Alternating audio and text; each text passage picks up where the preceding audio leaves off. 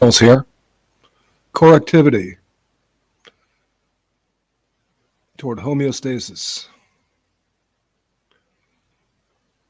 and thereby systemic autonomy and sovereignty of European genus and species.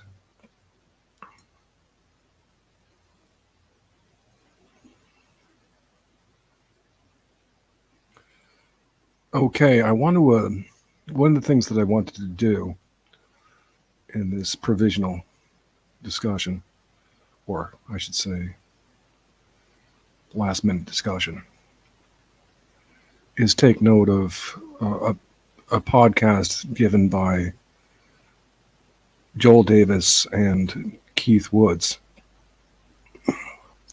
It was on YouTube until a few hours ago, and they've moved it over to Odyssey, I guess. But it had, for its short time up there,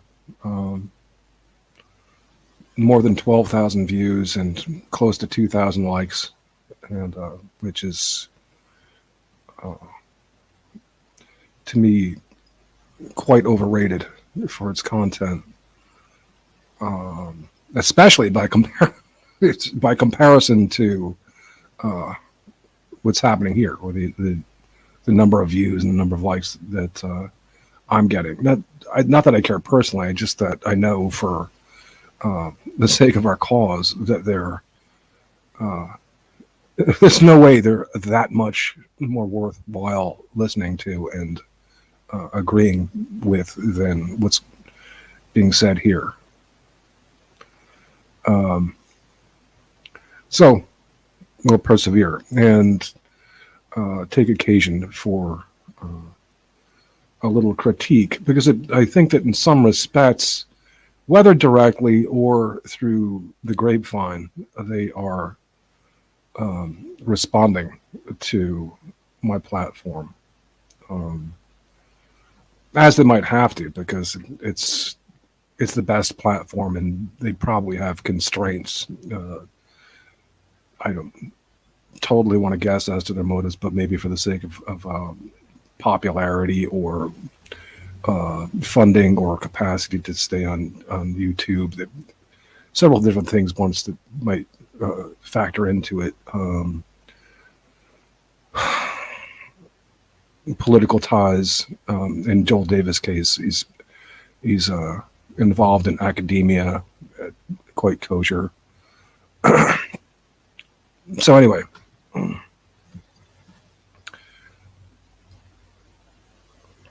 they put up this video.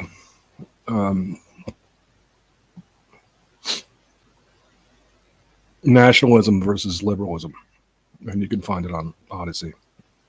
Now, it was on YouTube until a few hours ago. And they make a proclamation, as if it's new, that they think the overarching framework should be nationalism as opposed to liberalism, and not left versus right, and that this is how they, quote, structure modernity.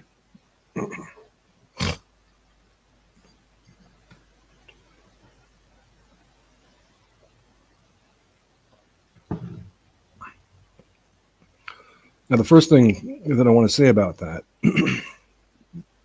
is that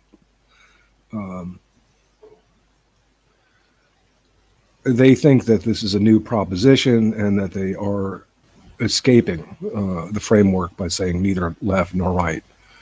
That is actually, and as I've noted this for a while now, for years, that is actually the second of preferred responses in reacting to the red caping of the left. And I diagnosed the left in its depth grammar being a matter of unionization for the sake of social group advocacy and coalition building thereupon. The kosher folks are more attuned and have become better at social advocacy and group organization and maintenance thereof than just about anybody, and how to disrupt and wreak havoc with anybody else organizing who they don't want to organize. So when their preferred response to their red cape and to their distortions of these ideas, and in the case of Marxism, they're taking group or unionization and making it into a matter of international union against nationalism, which is a perversion, of course. And in the case of cultural Marxism, they're making it into people of color and anti-white people against whites, which is a perversion as well. It's a weaponization. So one reaction that they hope to get out of this, the first response is that you be a liberal, that you just go along with it and say, yeah, whites having any sort of organization and any boundaries are bad, because that's what liberalism is. It's the breaking of boundaries and borders. So this is their first hope for response, that you'll do that. You'll be co-opted to that destruction of European organization. The second response would be a rigid right-wing reaction, and this has been the response they're trying to play up with since 2008 situation, and this characterology of the left by Paul Gottfried and others got up as the alt-right with Richard Spencer and so on. They want you to react as a right-winger, identify as a right-winger against the left, against social organization, and pursue pure truth and facts, and identify with a sense of objectivity, as opposed to identifying with the relative your group and its relative interests.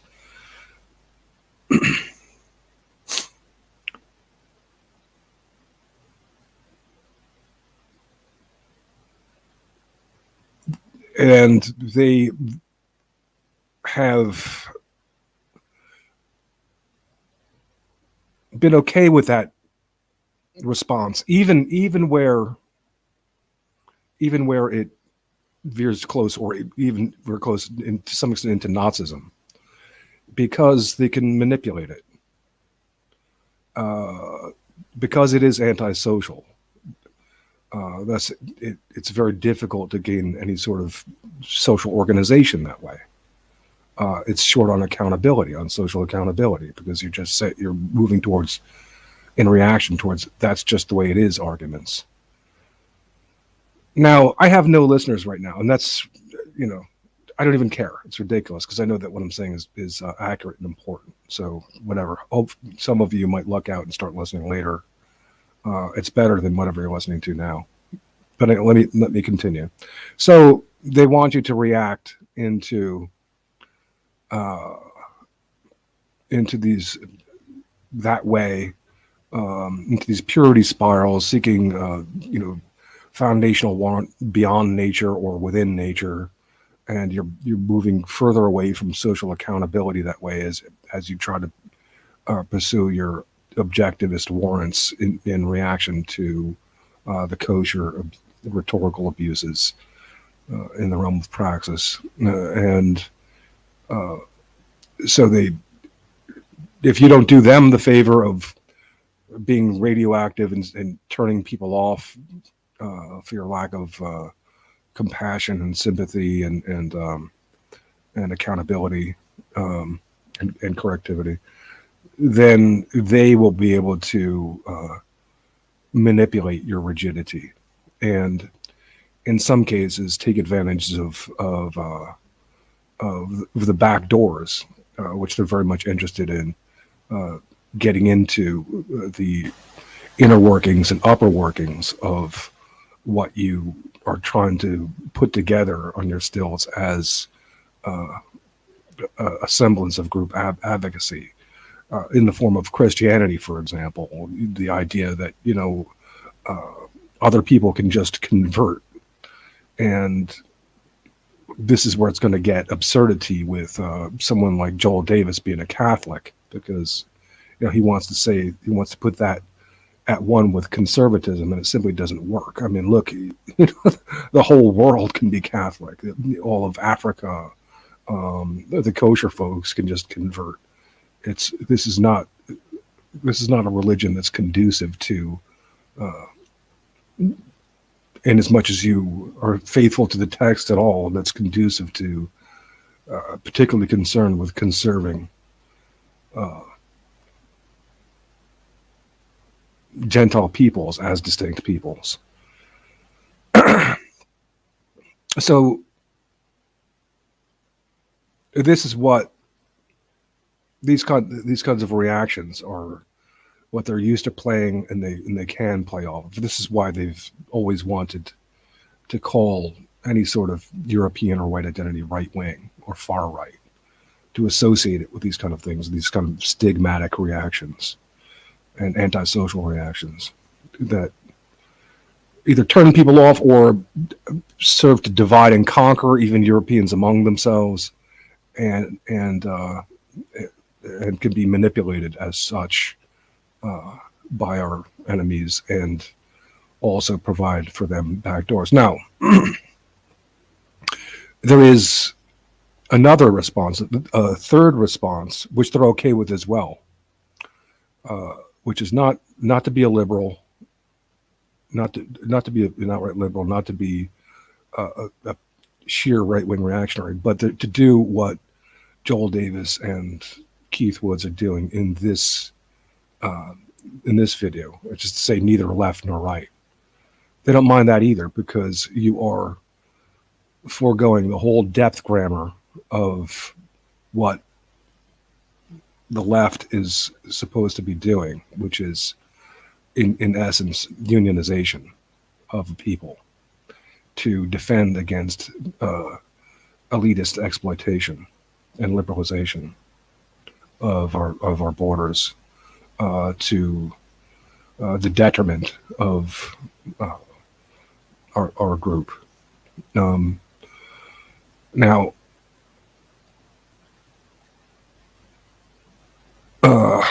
so they haven't really, in doing that, they haven't really extricated themselves, even though they say they have. They think that maybe even they think they have, or they're telling people they have. They haven't extricated themselves from this, quote, the left-right paradigm. They've only been played by it. Okay, now, so they think they have, and they think that, the real dichotomy should be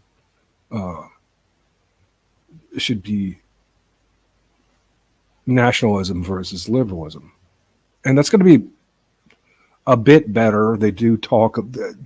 It's a bit better. They do talk about ethno-nationalism. That is the nationalism based on specific species of people.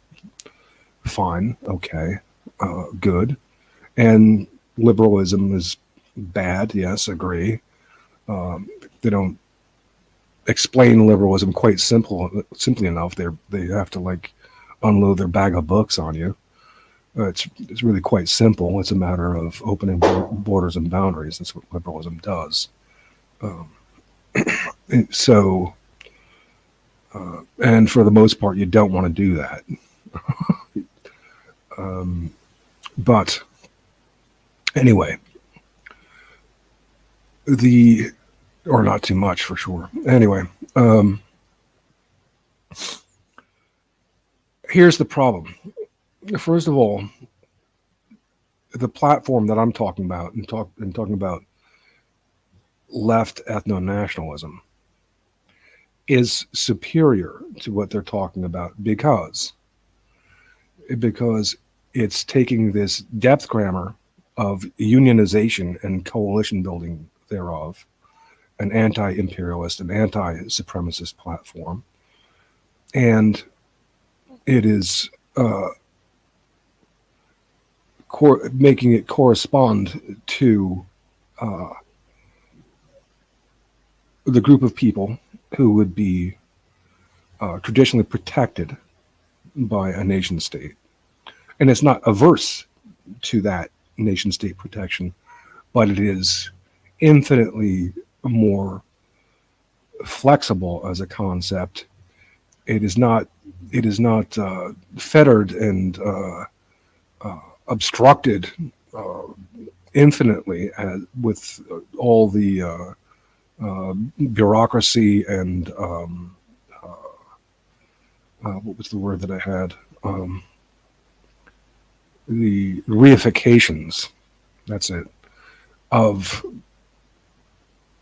present day nation states that will be, maybe not impossible to overcome, but near impossible, and to work in our interest in the short term for sure, and or very difficult. At any rate, we're not where they are functioning properly. We're not going to make problems for them anyway. So you're not saddled with those reifications, right?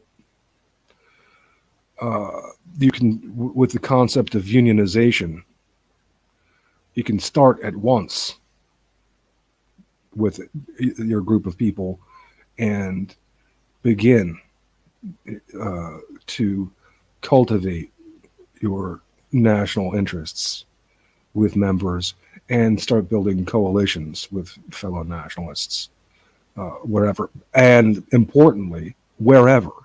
You're not stuck in a besieged situation that is just hopeless. I mean, you might want to hold the fort, but you don't have to. You can be anywhere in the world, and at the same time, working towards reestablishing the ancient European nation states for your people. If that's the project that you want to emphasize, that's fine. But it's not. So it's not.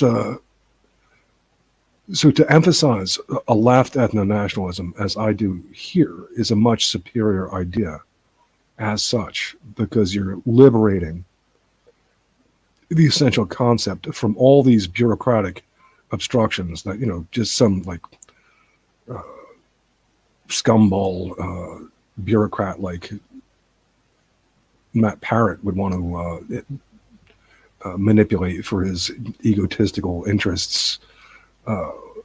Is for his sky god or whatever, who knows what.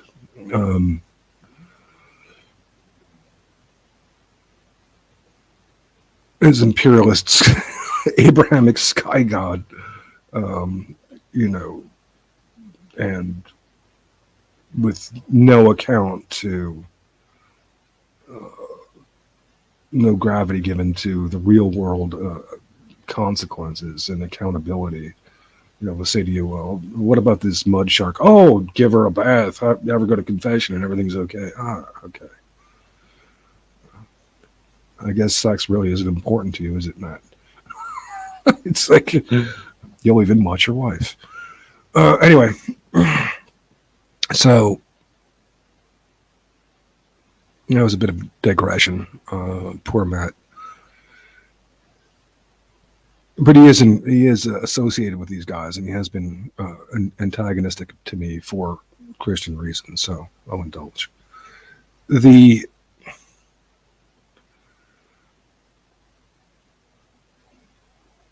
So that's one way in which my platform is superior and why they are not doing a good thing by saying, oh, the left right paradigm, we don't want that. No, we do want that, because that orients you not only to the unionization of your people, the very flexible unionization of your people, but it puts you in a position where you are keeping a vigil on and holding to account people who are either your members, and they could be elite, and even wealthy, but as long as they're accountable and doing right by us, fine. But it also enables you to keep vigil on those who are not doing us a favor and who are reckless and even violating of our borders and boundaries. So that's why it is a perennially worthwhile position, worldview, and you are doing our enemies a favor when you say you want to get out of the left-right paradigm. This, like I said, this is the third option that they'll be satisfied with. It's what it is disorganization. Now, disorganization is bespoken by the very, I won't say third rate, just like ridiculous misunderstanding of modernity, because they want to say that they're structuring modernity. Well, modernity, one of the big problems of modernity is that it doesn't structure; it ruptures structuring for its Cartesian anxiety, for its quests for pure points of foundation beyond nature or within nature. It ruptures social accountability and the correctivity that would go along with it, which would maintain stable systems on the ground. So modernity, almost by definition, by itself, is a destabilizing thing. This is part of the disorder. Now, it doesn't do it by itself. The kosher folks have, of course, and I've taken advantage of this for one thing. They maintain their group, but they encourage our right wingers and our liberals to go with this modernist objectivism, so that the right wingers can, take the payoff and say, well, I'm just on top of the heap because I'm just objectively superior, and so I'll join you in your kosher club after the 2008 bailout. It's like, I'm getting mine. The hell with the rest of Whitey, or the liberal who's like, maybe a big hulk or just a raw beauty who does figures that it's just an objective fact that she can exercise the license and licentiousness that she's been given in this situation, where there are no boundaries and borders to be accountable to. So she's encouraged and pandered to in this situation as well.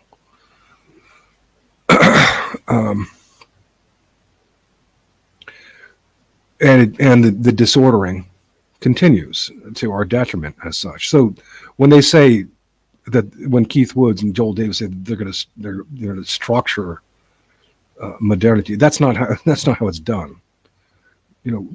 How you structure things is how I'm saying, by something quite analogous to unionization. That's what structures accountability. That's what provides structuring for homeostasis. That's what puts an end to the charmed loop of modernity, which says this is not new and therefore it's not good, and on and on and on. And the paradox of modernity is be different so you can fit in.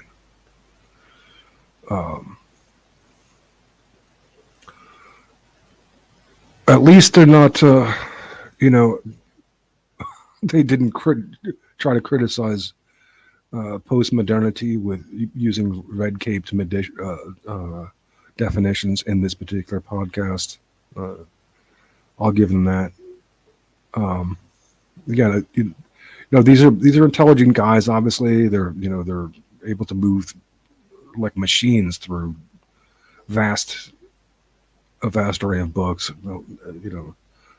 Okay, but there's one idea that I got from that Joel Davis nudged me towards, which was that emergentism applies to groups as well, to the species as well, not just to individualism, and that's obvious in retrospect and important. But just because it's obvious doesn't mean that it's not important. And I like where Keith Wood says that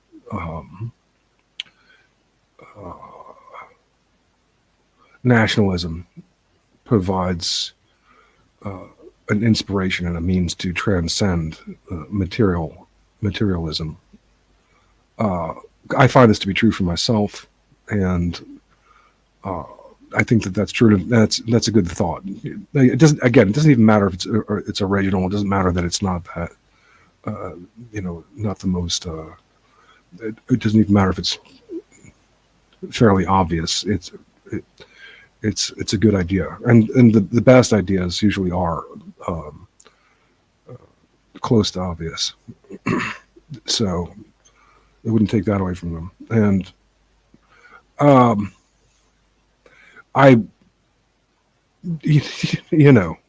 but still, I'm in this podcast, and what they're talking about was,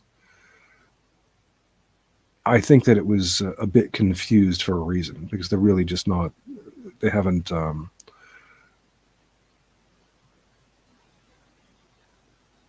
well, I mean, if people would listen to me a bit more, they would sort things out much more clearly. And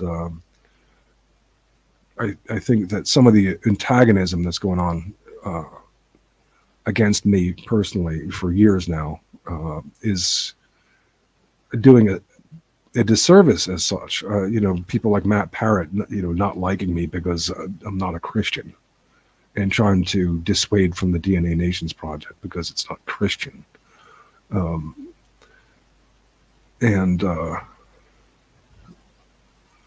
then, of course, there's the Nazi folks with their epistemological blunder that I won't have, and their stigma that I won't be associated with.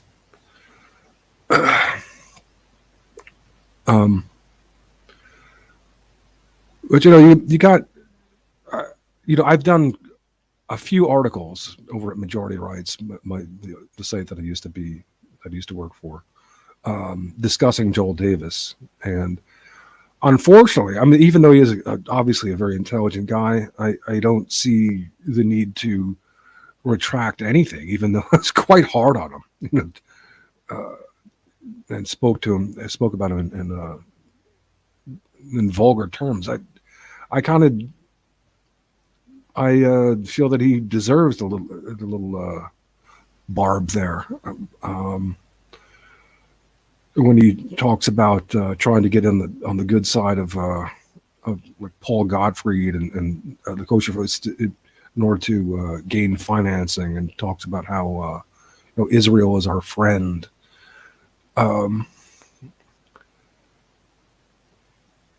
This is a pretty young guy who is moving towards a position with prominent voice, and it seems through very kosher auspices. I'm pretty sure that his doctorate advisor is kosher, and the way he talks shows the hallmarks of being beholden to an academic situation there in Australia, which is quite kosher. It's typical. And then you have Keith Woods, and I'm not sure what his problem is, but maybe he's got the career girl thing going. Maybe it's that he wants to a little bit of the e-celebrity thing that Millennial Woes has as a motivation. But this third positionism stuff, he probably still adheres to. Again, I've shown the problem with that you're introducing right-wing elements that way that are undermining and providing backdoors that will, in the short or long term, be destructive and are not necessary. Why is he so cool in talking to Joel Davis as a Catholic? Why doesn't he say, to Joel Davis, "You're a Catholic? Are you serious? You're a philosopher and a student, and you consider yourself a Catholic? This is in this day and age. You see that." Where is Catholicism most popular? It's like what are you doing? So this is the kind of thing that third positionism does. It's going to be like, oh, I'm so sophisticated, I can introduce all the, reintroduce all this nonsense, and hope that things don't go badly wrong.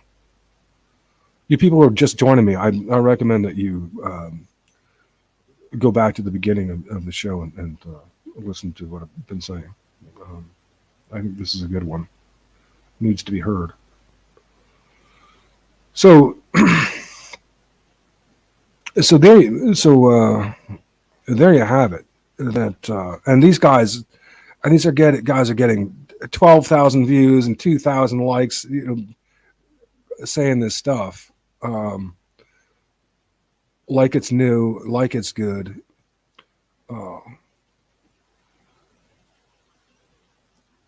It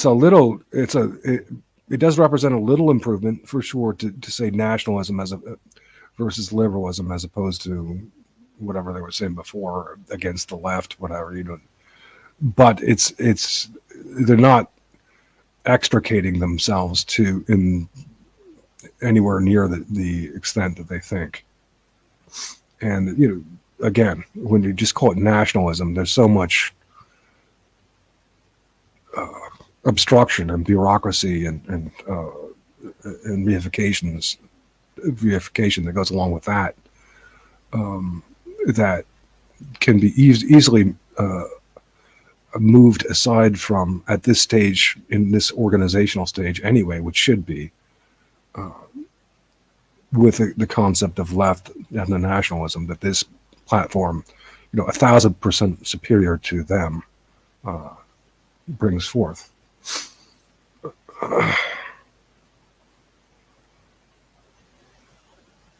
And now again, and this will not, when you get into that depth grammar of the left as unionization, and group advocacy and accountability thereupon,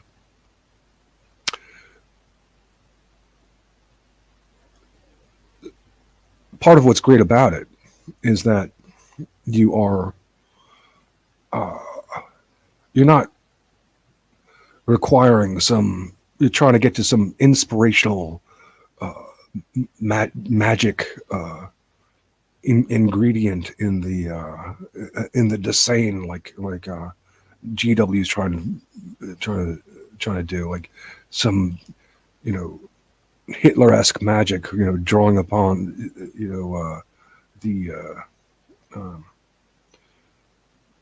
the joy of nationalism from the inner depths and Zazen style. And if you don't do that, you've failed. It doesn't require that at all. You might have absolutely practical reasons for joining the union. It's a network for job connections, or it's going to maintain your salary. It's not going to allow for scab labor, uh, which is analogous to open borders, right? To lower salaries. It's uh, it's going to protect you in various ways. Um, on the other hand, uh, as Keith Woods was pointing to, it has the national aspect, which is a transcendent cause. It's not just about the episode and what you can produce, and it's not just about the moment, and it's not just even about particular relationships. It's about it. So it can become a very inspirational uh, calling. It has that hermeneutic realm of liberation from uh, dialectic materialism, liberation from mere facticity about it. So it can be inspirational as well.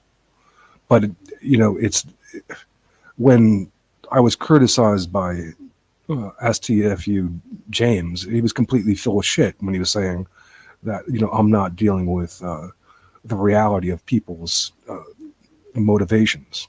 Um, on the contrary, this is dealing directly with practical issues of uh, their material well-being and their uh, inspirational calling. Um, and it doesn't, because it's not just calling itself nationalism, it's adding the left aspect to it. And as such, making unionization the essence, it liberates itself from the very obstructions and puts it in a position to take on eventually the obstructions of those who are in power, who are opening the borders, who are uh, enormous, disgusting bureaucrats like Matt Parrott, wielding this Abrahamic religion like Joel Davis that you know is completely universal and oblivious to our biology and to our uh, boundaries and homeostasis. Um,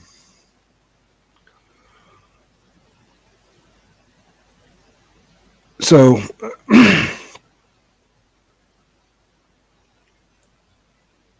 those are a few important points that I wanted to make. They're not structuring modernity. They make no sense uh, in the recent discussion. And um, this is a problem with young guys coming into prominence well before their time. Both of them are in their 20s. This is ridiculous, and they're trying to do things that um, should be done by guys closer to 50, really. And it shows. They don't have the experience. They don't really have the knowledge. Maybe someday they'll have the judgment that would make them worthy of the kind of attention that they're getting. But I'm not even too sure of that, quite frankly. Maybe. I mean, well, if reading books alone could do it, I suppose, but we'll see. And obviously they have the IQ. These are like, they can get around a lot of material and rationalize a lot of things. But that's, as I've been saying, that's not necessarily good. Sometimes that's the problem. Matt Parrott, give the mud shark a bath and everything's okay. Okay. It's like, oh my God.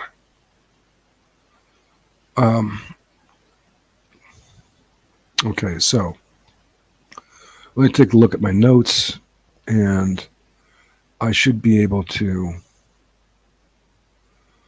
wrap up the show pretty quickly, and this is a good one because I think that I still have uh, an hour or two left on StreamYard, which I'd like to save for next Sunday if I can. Right now, what time is it? It's 8:45 here in Central European time, 7:45 London. It is 2:45 in the afternoon in New York, 1:45 in Chicago, 12:45 in Denver, and 11:45 in Los Angeles. Those are good waking hours. It might not be uh, convenient and opportune for people who are on a standard work schedule, but in terms of the in terms of sleep schedule and waking schedule, that should be okay. Um, okay, so I'm going to put the link in. Claire, I'm sorry, I'm not ready to talk to you. Uh, you're suspended for an indefinite period.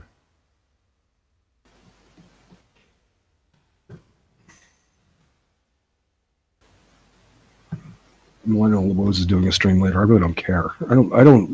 I listen to his Millennial Yule, but I don't go out of my way to listen to him.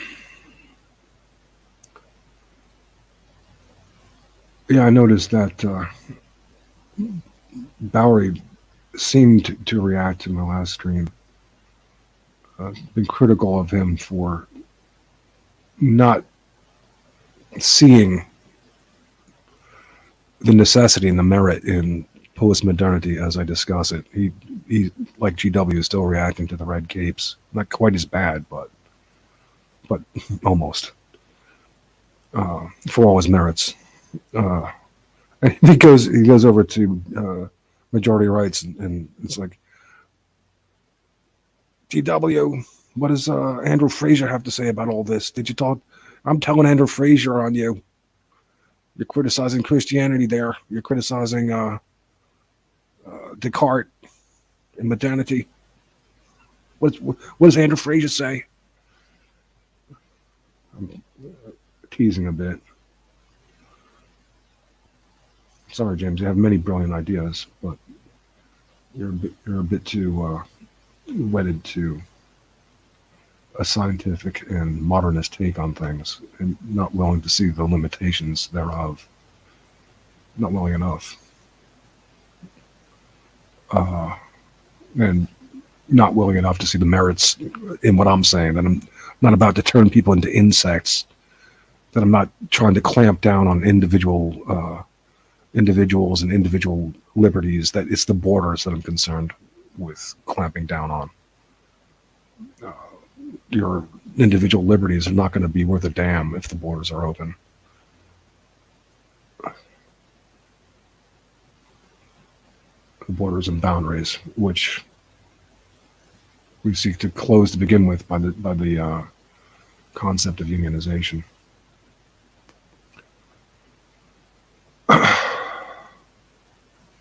Booty Bumpa is back. Thumbs up.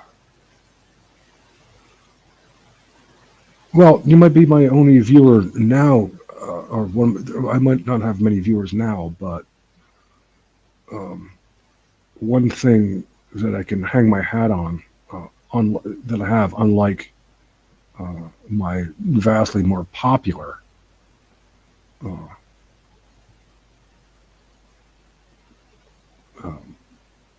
I don't know what to call them. They're not my colleagues. Unlike the vastly more popular Joel Davis and Keith Woods, my platform is sound and will hold up, and I know what I'm talking about.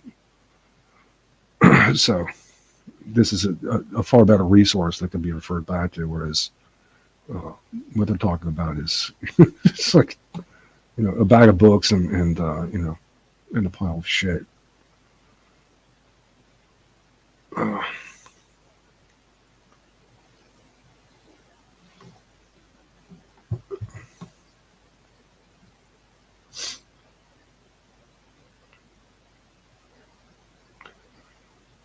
Were there any other thoughts?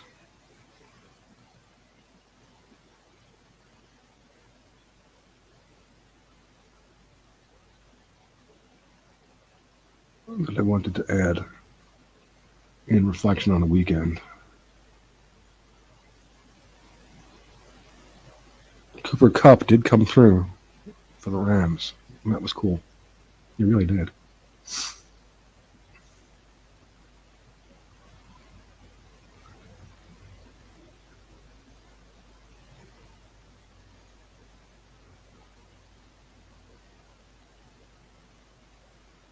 No, I think that that's about it.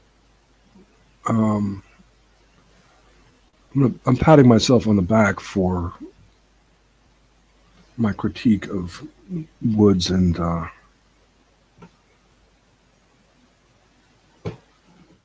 Joel Davis. I can recommend to anybody listen to this. I'll give it. I am not on Gab. I would not go on Gab.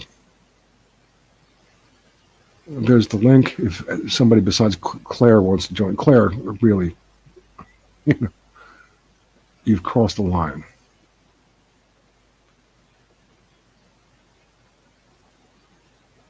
Nobody ever even listened to their discussion anyway. Who are you talking about? Davis and Woods? 12,000 views.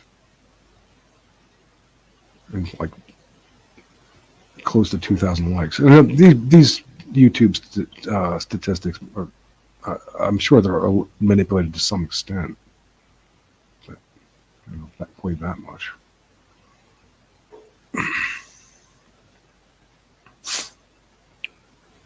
There's the link if anybody wants to join me. I am open to standing corrected, or somebody might think that I'm going wrong. Please, I'm not. I'm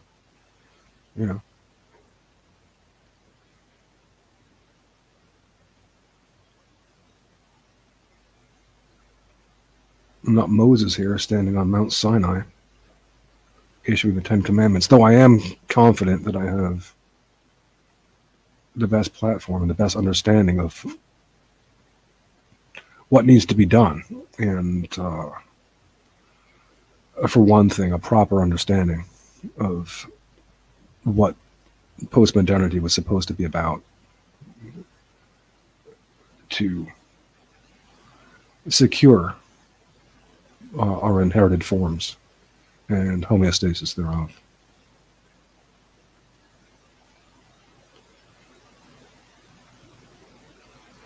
I know that Davis and Wood's discussion had high viewing figures, but if you read the chat, you will know that they were not listening. That's quite possible.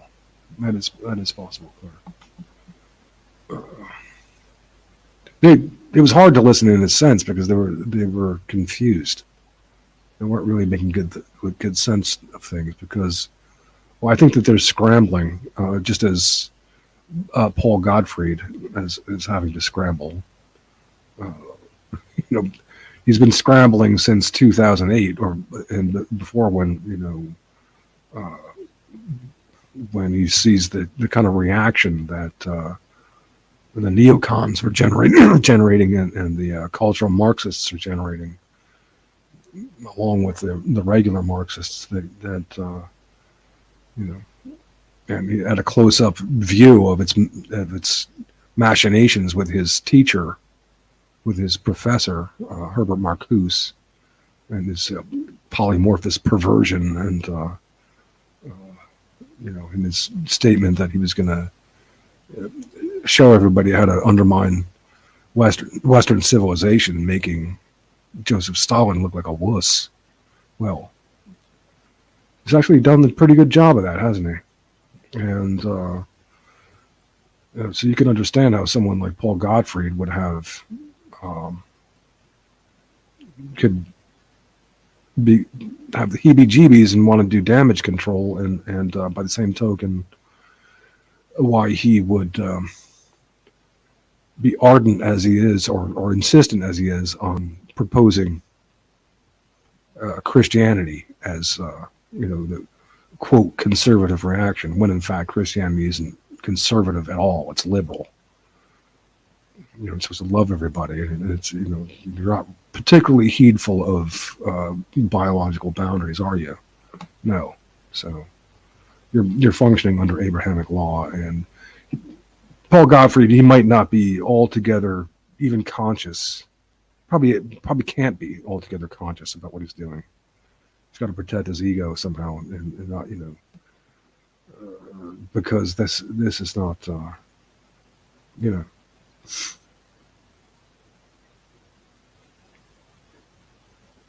this is not an honest brokering of a negotiation with European interests when you're suggesting that they should get back to Christianity. And there's Joel Davis. This is apparently one of the ways that you can get a pass is being a Christian, a Catholic, Joel Davis, or kind of tarrying with them as Keith Woods does. Keith Woods will talk to them, and I think take advice from them.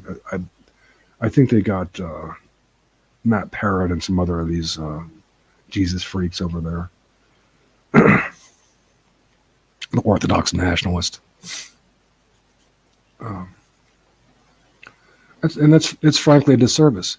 They do have an argument on their side that if they can work with these people and these people who are involved in these religions, which are still great numbers, of course, that they might have a somewhat retarded and hobbled constituency, but in as much as they can get them to not be at least completely anti-white and invoke a sense of moral order, a semblance of it, that it could be a help, because our sense of moral order has been so obfuscated by Christianity for thousands of years now, that's a problem. And most people, just like they don't know what to do, they become modernists again because they don't know what to do in this confusing situation, or they become traditionalists because they don't know how to negotiate postmodernity properly. Some will become Christians again because they don't know of anything else that would any other system, moral system, to provide a consensual moral order. That was the background appeal to me when I went through my year-long Christian phase in my early 20s, was that I was looking to engage in a consensus. What do people agree with, as opposed to this insanity that's going on, this liberal insanity.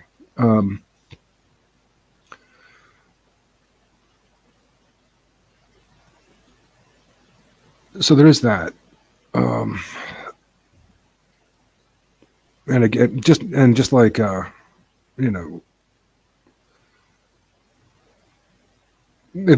best criticism of me using this word left is that there's been a popular kind of misrepresentation of the term, red caping of the term, that I would have to fight off. Yes, and that they're not having to buck that. But the thing is that that's only one simple obstacle, which is easily, at least in grammar, corrected by specifying left ethno-nationalism, and then giving some brief explanation of the difference between that and the kind of left that they're talking about, the internationalist left and the cultural Marxist left. That our left, it doesn't say there can't be private property, it doesn't say that there can't be free enterprise and a good amount of wealth acquisition even.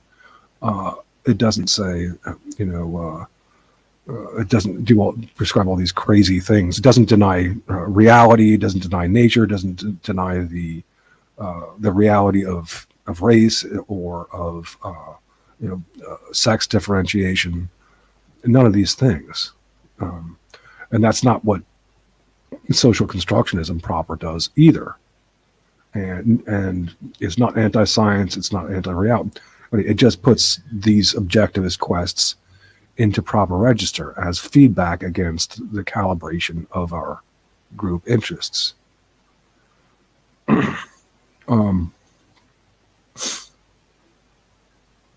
It just is, hermeneutics is not about making up just whatever narrative you like. It's about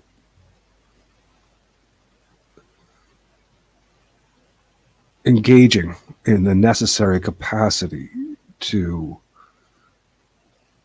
achieve coherence in understanding of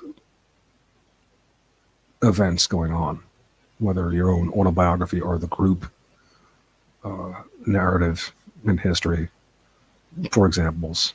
And it is not anti-science. It provides for the capacity to criticize bad science and scientism and bad application of science, but it's not anti-science. It would look upon science as one end of the, an aspect of one end of the hermeneutic circle, or circularity back to empirical grounding, verification, and operational verifiability. It's the other end, whereas the other end is imagination and broad orientation and perspective, historical perspective, systemic perspective, and so on.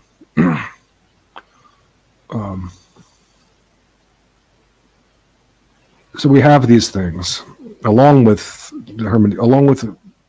an absolute respect for emergentism and the rigor of our emergent properties and telos as individuals and as a group. You can't just make whatever of yourself that you like. There's a factuality about that, and you can't just be whatever gender you want in a heartbeat like that, Lamarckian style. And that's not what social constructionism proper is saying either.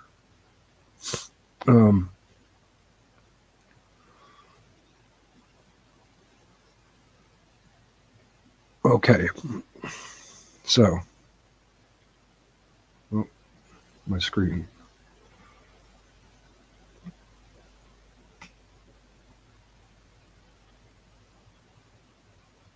And of course, the people who hate us don't want our people to understand these things. They want, and they've gotten white advocates to chase the red capes of these ideas. And well, sooner or later, I think that people will start to listen to me, because I'm satisfied that I've got the correct explanation here.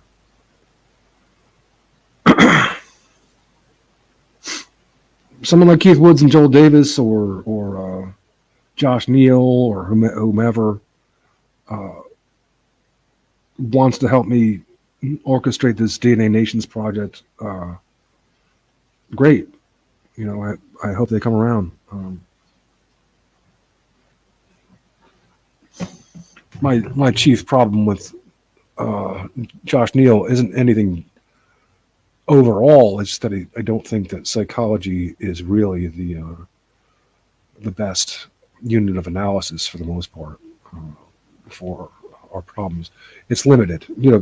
From time to time to stop, as it were, at that station and look at things that way can be good, but it's not the most serviceable perspective for our concerns. but he's a smart guy, good guy, um, and we've talked about it before. The possibility of um,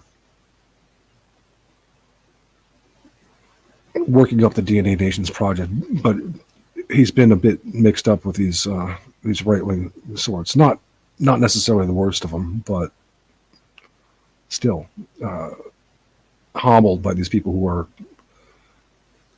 still caught inside the box, even if they think that they're extricating themselves, like Keith Woods and Joel Davis in this latest podcast. They're not.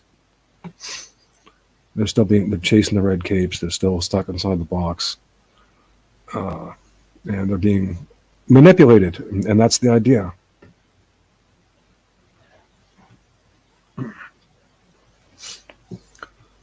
Anyway, I'll put the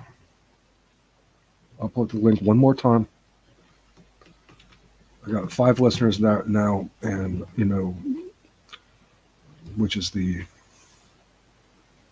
high for this podcast. So those of you who joined late, I'm probably not going to be going on much longer, but I do recommend that you go back and listen to the beginning of the show. This made some important points.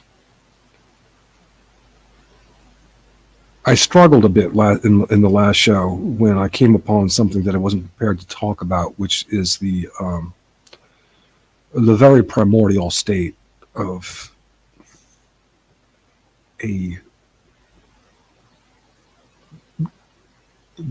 generating a group of people, beyond two. This is an inquiry really for people with far better scientific know-how than I have. But somehow it happens. You have a group of people emerges, and they're somehow they get to a point where they're different enough in their individuals so that inbreeding is not a problem. And you would imagine before that point, they're almost on an animal level anyway. So they wouldn't be engaged with us to the point where they would engage with us in conversations. They would be almost like forces of nature before a certain point. And therefore irrelevant. They're irrelevant until, because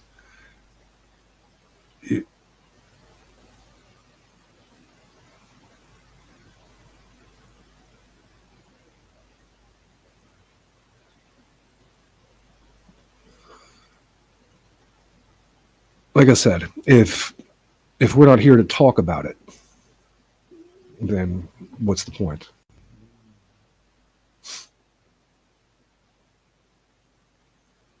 No, we are here to talk about it. What life could have been like at that point. Okay. But the point is that you get to a point where a people emerges and is circumscribed as such with relative interests. You can even say with a design of care for their emergent qualities that people are called back to, or should be called back to, as opposed to the Cartesian estrangement.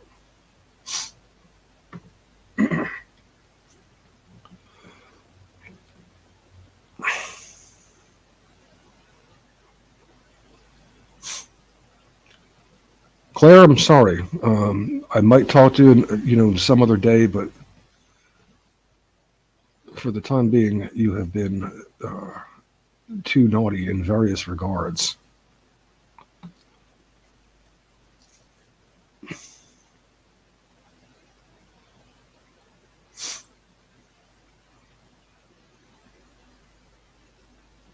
So I know, anyway, these group bounds do, systemic bounds do kind of emerge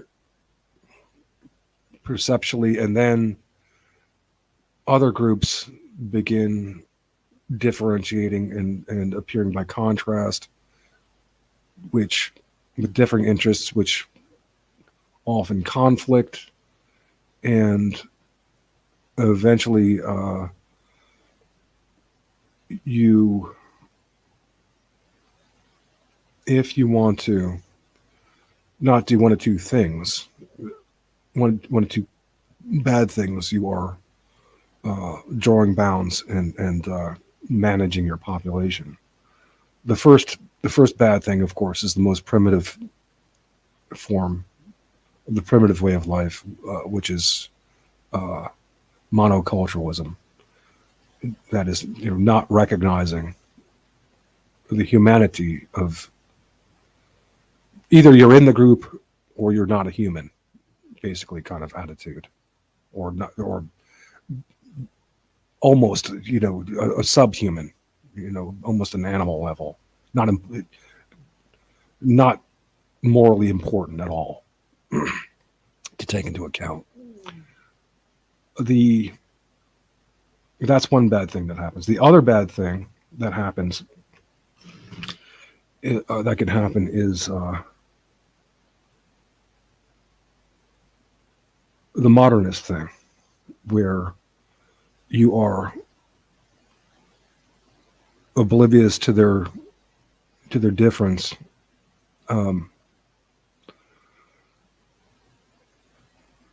because you are determined to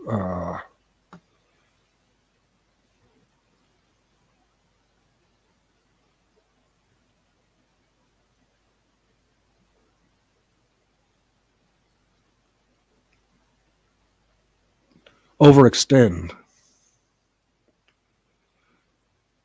the way you see the world, to the point where you're narcissistic. You see others as more or less got up version, perhaps, of yourself and your people.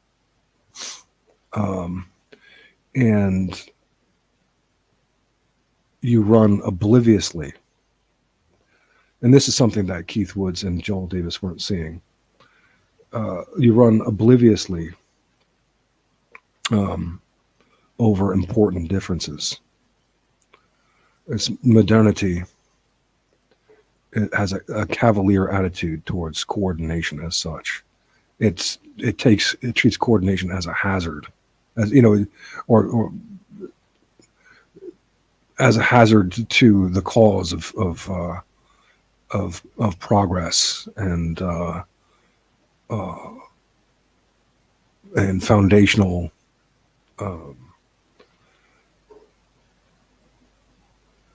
shared basis of humanity in a better world.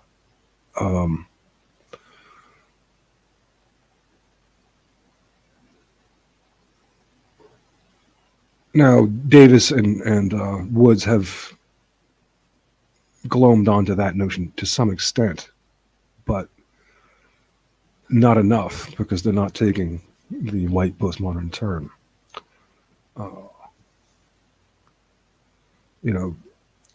Nationalism by itself is not sophisticated enough a break from modernity. Somewhat. It's better. It's an improvement, but not enough.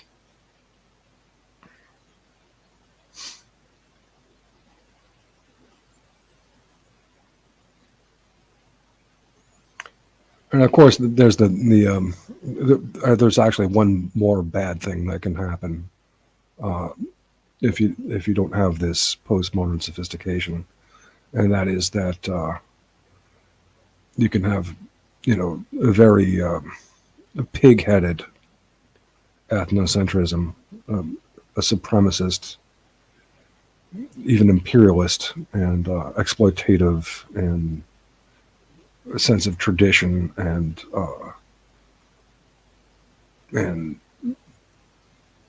belief in objective, a sense that you have a belief in the objective forces of nature, that that's just the way it is, that you're set forth a logic of meaning and action that goes about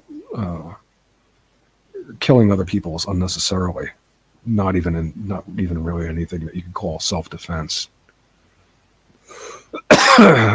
but just because you think, like Hitler did, for example, that this is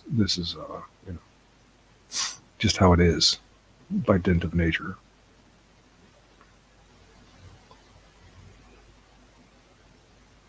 Saigon Green. Was it a little bat there? I like your avatar, Saigon Green.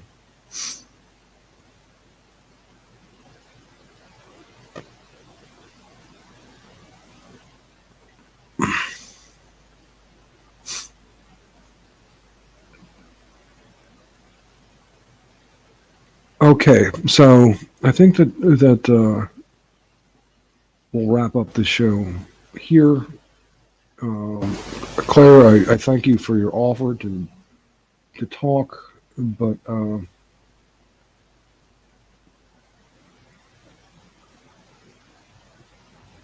what can I tell you? Maybe another day.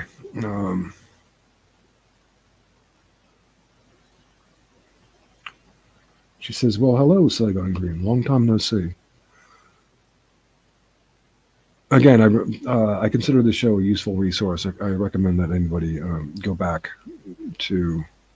Oh well, no. There's one more thing I wanted to say about this.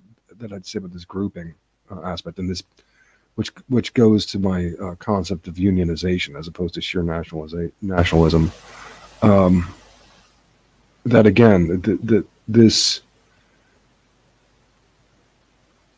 really anti-Cartesian move of proposing the group bound to mediate between abstract principles and nature for the sake of our homeostasis and accountability. That this is necessary for socialization of any level of sophistication worthy of European peoples, certainly. And to stave off the kind of universal maturity and the runoff into a lowest common denominator and more and more kind of animal existence that would happen as a result of these borders and bounds being disrupted. I'm going to talk more next time about the retooling of Maslow's hierarchy of needs. Again, seeing that as an excellent point of departure. And then I'll move again through the stages of feminism from de Beauvoir and her predecessors to Betty Friedan, and then Carol Gilligan, and then I haven't talked much at all about Judith Butler. So I'll discuss some of that as well, but next time. And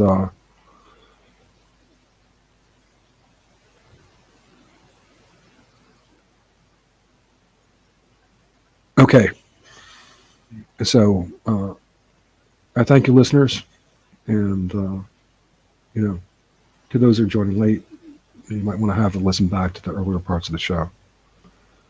And bye for now.